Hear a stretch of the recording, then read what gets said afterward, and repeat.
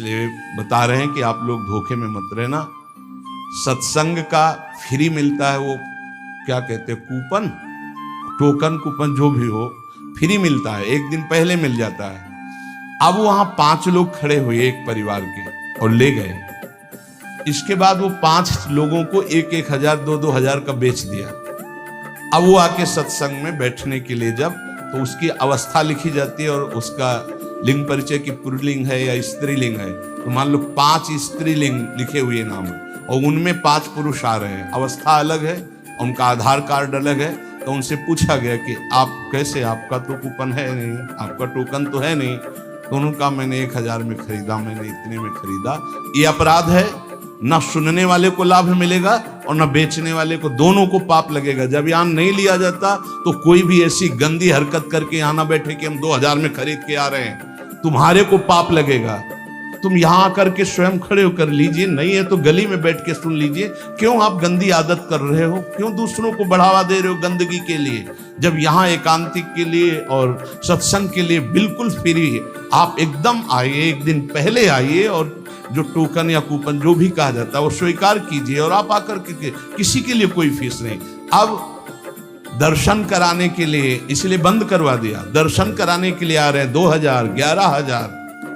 ये क्या चरित्र है, यहाँ 5 पैसे नहीं ले जा रहे, तुम आ रहे हो, जय हो महाराज की हमने छूट दी इसलिए कि ब्रजवासी या ब्रज परिकर वो हमारा इष्ट देव है। इसका मतलब ये नहीं है कि आप किसी से 5,000 11,000 रुपए ले रहे हैं, वो बाहरी आदमी आ रहा है, आप सबकी लाइन क्रॉस करके हमारे पास जा रहे हैं, हम आदर कर रहे हैं, आपको दुपट्टा उड़ा रहे हैं, आपको भेंट दे रहे हैं, आपके चरण पकड़, किस लिए कि आप हमारे पूज्य जन हो। उसका मतलब दुरुपयोग।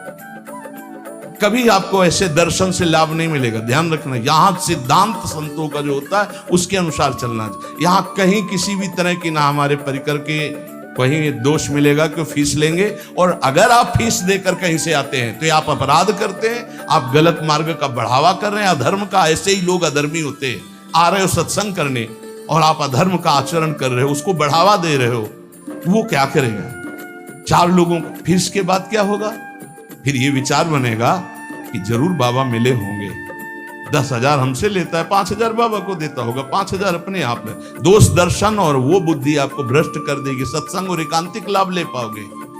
इसलिए इन बातों से बहुत बचना चाहिए। जब फ्री है, अध्यात्म कभी पैसे से नहीं बिकता, पैसे से जो बिकता है वो अध्यात्म नहीं होता है, गांठ बांध में। जब यहाँ फ्री है तो आप लोग फ्री आइए, किसी को पैसा देने के। थोड़ा भीड़ होने के कारण आपको हो सकता है कि कम जगह हमारे पास है, अब वहां 20, 25, 30 लोग बैठते हैं, 1,000 लोग एकांतिक में बैठना चाहते हैं, तो हो सकता है आपको वो ना मिले।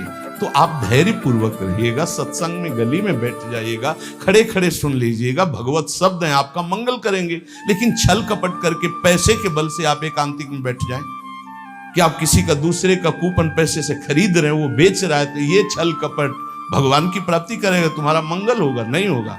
पैसा दे के तुम उस पदवी को प्राप्त करना चाहते हैं, नहीं, कभी ऐसी गलती ना करें। ये पक्का समझ लेना, सतमार्ग के पथिक कभी ऐसा नहीं करते। एक बार किसी ने बताया था कि आपकी बीमारी की छवि लगा के कि महाराज जी बहुत बीमार हैं, इसके लिए कुछ और उसमें अर्थ मांगने की।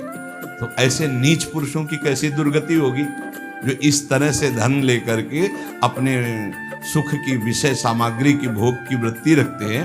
बड़ी भारी दुर्गति होती है, ये ऐसा खिलवाड़ ना समझे, कभी ऐसा नहीं। यदि आज्ञा है और परिस्थिति ऐसी है तो तुम्हें दोष नहीं लगेगा, मुझे लगेगा। लेकिन यदि आज्ञा नहीं हो, आप ऐसा कहीं कोई कर रहा है किसी भी तरह से, वो विष खा रहा है, पेट फाड़ के निकलेगा।